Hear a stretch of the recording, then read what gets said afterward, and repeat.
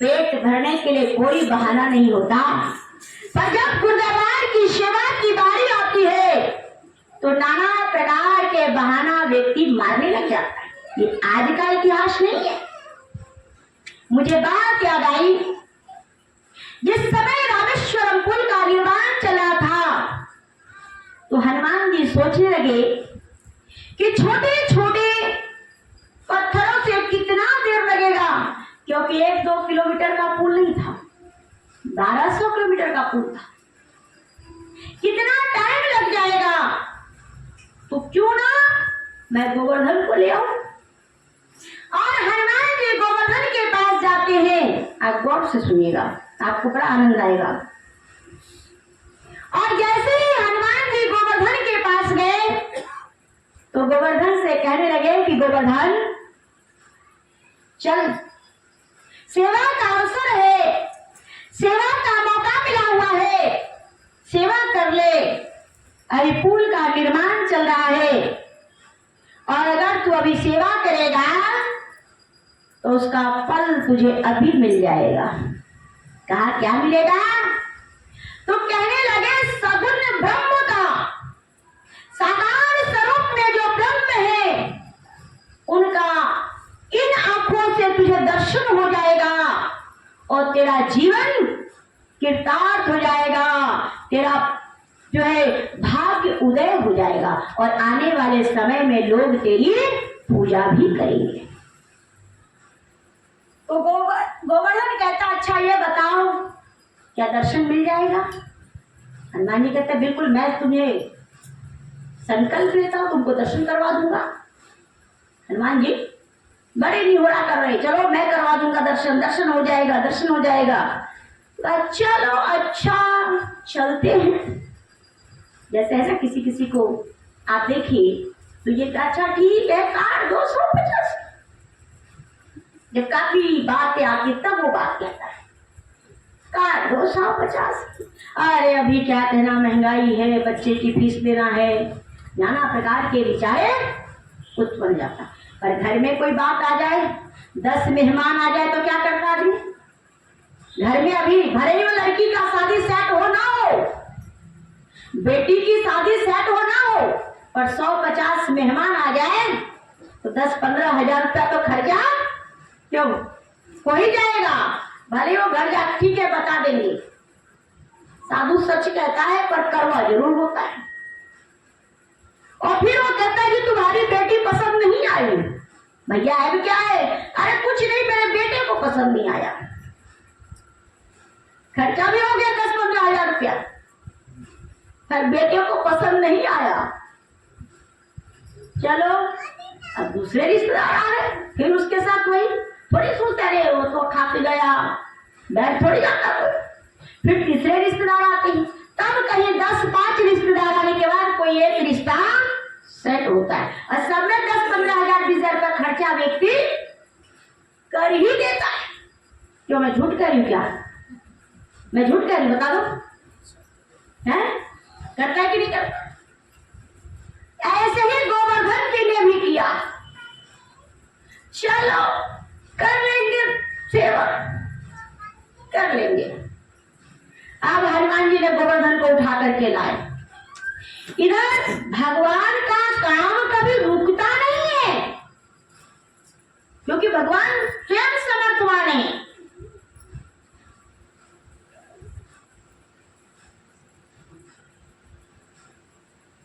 जब समर्थवान है तो अब भागंदर भालुओं ने पुल की निर्माण कर दी, शिवलिंग की स्थापना हो गई, पूजा हुई पुल की, और सबने कहा सियापति रामचंद्र की।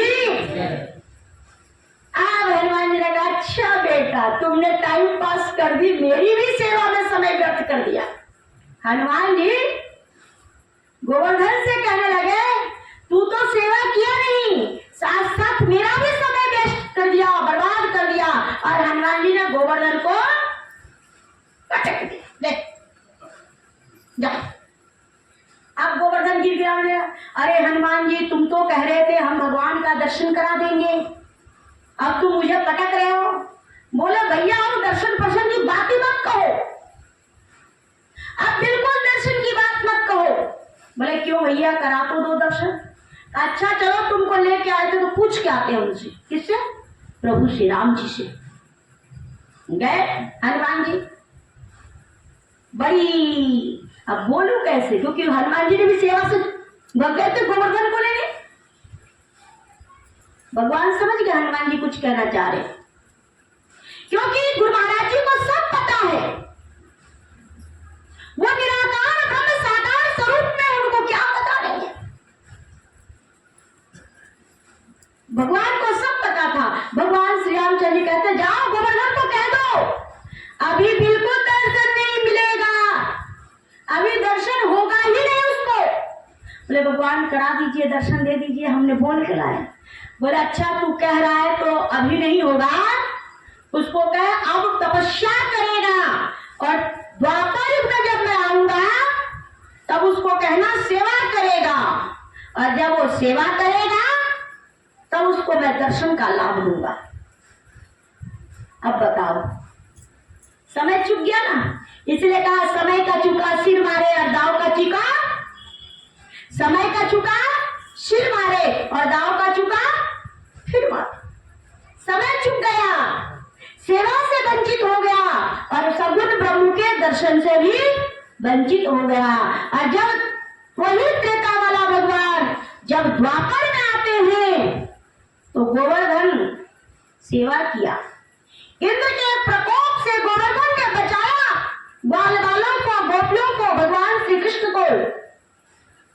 तो दर्शन का भी लाभ मिला, सेवा का भी लाभ मिला, दर्शन का भी लाभ मिला, और भगवान के मधुर मधुर बांसुरी का भी आनंद गोवर्धन को मिला।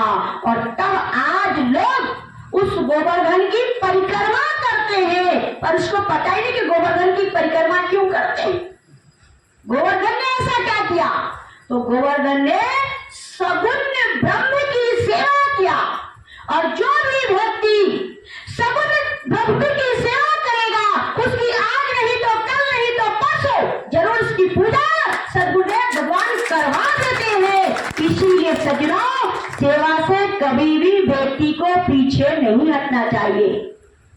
कोई भक्त कहता है कई जन्मों से भुला रही हूँ, कोई तो रिश्ता जरूर होगा, कई जन्मों से भुला रही हूँ, कोई तो रिश्ता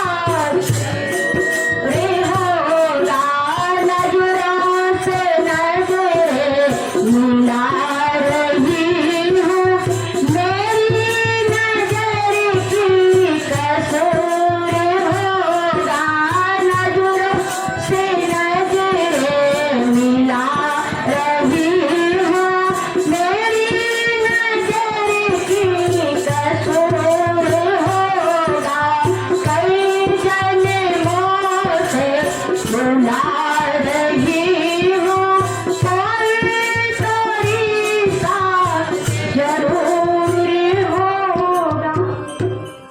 गुरु महाराज जी एक जन्म का रिश्ता नहीं है। जब आप भक्त लोग हो, चाहे हम अपना ही अनुभव आपको बताते हैं, आप सबको अपना अपना अनुभव है, कहने की कोई बड़ी बात नहीं है। जब आप गुरु महाराज जी के दर्शन के लिए जाते हैं तो आप बड़ी दूर से गुरु महाराज जी को देखते हुए आते हैं, और जब आप गुरु महाराज जी को देखते हुए आते हैं और जैसे ही गुरु महाराज जी की दृष्टि हमारे ऊपर पड़ती है तो हमारी आंखें क्या होती है? चौंधिया जाती है, झुक जाती है। क्यों? क्योंकि हम अधम जीव हैं और गुरु महाराज जी देवों के देव है। गुरु महाराज जी कई हजार सूर्यों से बढ़ करके है, उनकी नजर में हमारी नजर मिल नहीं पाती। इसीलिए कहा मेरी नजर की कसूर है। हमारी नजर माया को देखती है, पर गुरु महाराज जी की नजर हमारे पापों को खत्म कर देती है। इसीलिए सज्जनों, ऐसी सदगुरु के शरण मिलने के बाद भी अगर हमारे अंदर समर्पण की भावना होनी चाहिए, सेवा की भावना होना चाहिए, वही सेवा हमारे जीवन में बहुत सुख देगा। आप बताओ, आप बहुत प्यासे हो, बहुत प्यासे, पर आप जब खेचरी मुद्रा लगाते हो तब प्यास बुझ जाती है ना। कितना भी आपको प्यास लगी है, आप खेचरी मुद्रा लगाओ, ऑटोमेटिक आपका प्यास बुझ जाएगा। ये बात कहाँ लिखा है? रामचरितमानस में। विश्वामित्र भगवान श्री रामचंद्र जी को जो ज्ञान देते हैं, वो ज्ञान गुरु महाराज जी ने हम और आपको दे दिया है। जाते लगे नहीं छुदा पिपासा, जाते लगे नहीं छुदा पिपासा, अतुलित बल तनु तेज प्रतापा, अतुलित बल तनु तेज प्रतापा, सब ऋषि निजना नहीं जब चीनी, सब ऋषि जब नाथ ही चीनी, विद्या निधि के हो विद्या निधि के हो विद्या। अब बताओ, जो रामचरितमानस में लिखा हुआ है, जाते लगे न छुदा पिपासा, आप अपने जीवन में अनुभव करके देख लो। आपको बड़ी तेजी से भूख लग रही है, आपको बड़ी तेजी से प्यास लग रही है, आप तुरंत खेचरी मुद्रा लगाओ, भूख और प्यास और नींद तीनों खत्म हो जाएगा। ये बात रामचरितमानस में लिखा हुआ है, और इसी का ज्ञान गुरु महाराज जी दिए कि नहीं दिए? बताइए, दिए ना। जो रामायण में लिखा वही ज्ञान हमको दिए हैं। तो कहने का मतलब, जो तीनों लोकों के स्वामी हैं, ऐसा ज्ञान दुनिया के कोई नहीं दे सकता। ऐसा ज्ञान गुरु महाराज जी ने हम और आपको दिया है। तभी संत ब्रह्मानंद जी कहते हैं, ऐसी करी गुरुदेव दया, मेरा मोह का बंधन तोड़ दिया। कौन करो गुरुदेव की भेंट, कोई वस्तु नहीं तीन लोकन में। क्या गुरु महाराज जी को हम और आप दे सकते हैं? हमारी क्या औकात है? गुरु महाराज जी ने हमें कहां से कहां पहुंचा दिया, हमारे जीवन के मार्गदर्शक बन गए। ऐसा गुरु संसार में दूसरा कोई नहीं है। इसीलिए सज्जनों, बिल्कुल जो रामायण के अंदर, गीता के अंदर, रामचरितमानस में लिखा है, वही वाला ज्ञान गुरु महाराज जी ने हम और आपको दिया है। पर जब हम साधना करेंगे तो अनुभव मिलेगा, साधना करेंगे तो आनंद आने लग जाएगा। इसीलिए साधना की बहुत जरूरी है। और जब आप साधना करोगे, आप गुरु दरबार की सेवा करोगे, तो आपका परिवार भी धनवान हो जाएगा, क्योंकि गुरु महाराज जी साक्षात कल्प वृक्ष है। जो इच्छा करहु मन माही, जो इच्छा करहु मन माही, हरि प्रसाद कछु दुर्लभ नाही, हरि प्रसाद कछु दुर्लभ नाही। गुरु महाराज जी के कृपा से दुर्लभ नहीं है। जो इच्छा करो मन माही। आगे भगवान शंकर सती को कहते कि जो भक्त धर्म के मार्ग में चलता है, अपने संपत्ति को, अपने धन को धर्म में लगाता है, तो उसका वंश फलता फूलता है। कल पूज्य बाई जी और हम दोनों आपस में विचार कर रहे थे, और हम बाई जी से कह रहे थे, बाई जी देखो फलाने व्यक्ति थे, फलाने व्यक्ति थे, उनके सारे बच्चे ऐसे हैं, वैसे हैं, उनके नाती पोते भी ऐसे ऐसे हैं। यानी गुरु महाराज जी दे देते हैं, बशर्ते सेवा में बिल्कुल अपने आप को मत सोचो कि हम सेवा करते ही रहते हैं, हम सेवा करते ही रहते हैं। जब आप दिल खोल के सेवा करोगे, तो गुरु महाराज जी भी दिल खोल करके दे देते हैं। जब आप अपना दिल खोलोगे, तो गुरु महाराज जी, आप ऐसे करोगे तो गुरु महाराज जी ऐसे कर देते हैं। यानी हमारे सर पे दोनों हाथ रख देते हैं, ले जितना लेना है ले जा, तू ले ले, तेरा बेटा ले ले, तेरा पोता ले ले, तेरा नाती ले ले,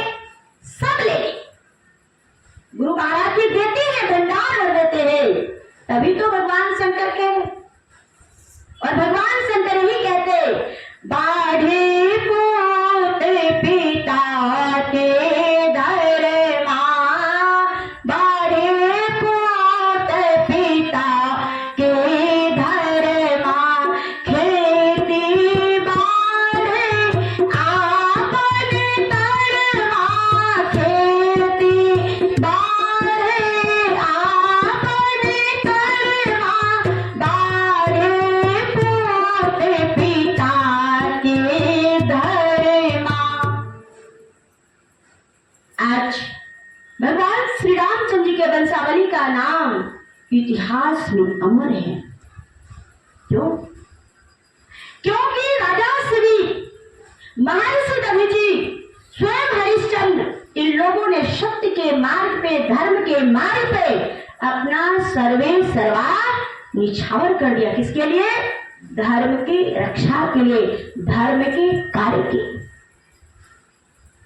तभी कहा, श्री दधीचि हरिश्चंद्र नरेशा, सही धर्म हित कोटि कलेशा। भगवान शंकर कहते हैं, सो धन धन्य प्रथम गति जाकी, पुण्य रति माती सोई पाकी, सो धन धन्य प्रथम गति जाकी। उसी धन की पहली गति है जो धन धर्म के कार्य में लग जाता है। इसीलिए सज्जनों, कहने का मतलब गुरु महाराज जी हम और आप सबका सच्चा हितैषी है, और सच्चा हित चाहते हैं, वो हमारा कभी भी अनहित नहीं चाहते। इसीलिए सज्जनों, हम गुरुद्वार की सेवा बड़े ही प्रेम के साथ, श्रद्धा के साथ करें, तो गुरु महाराज जी भी हर एक जगह, सब जगह मौजूद रहते हैं, सभी जगह हमारे लिए तैयार खड़े रहते हैं। तभी तो कहा, पग पग पे सहारा है तेरा, पग पग पे सहारा है तेरा, सारे जग का आधार तुम ही हो, सारे जग का आधार तुम ही हो, पग पग पे सहारा है तेरा, पग पग पे सहारा है तेरा, सारी जग का आधार तुम ही हो, भला कैसे मैं तुमको भुलाऊं, भला कैसे मैं तुमको भुलाऊं, सच्चे सुख का भंडार तुम ही हो, सच्चे सुख का भंडार तुम ही हो, पग पग पे सहारा तेरा, पग पग पे सहारा तेरा, सारे जग का आधार तुम ही हो, सारे जग का सहारा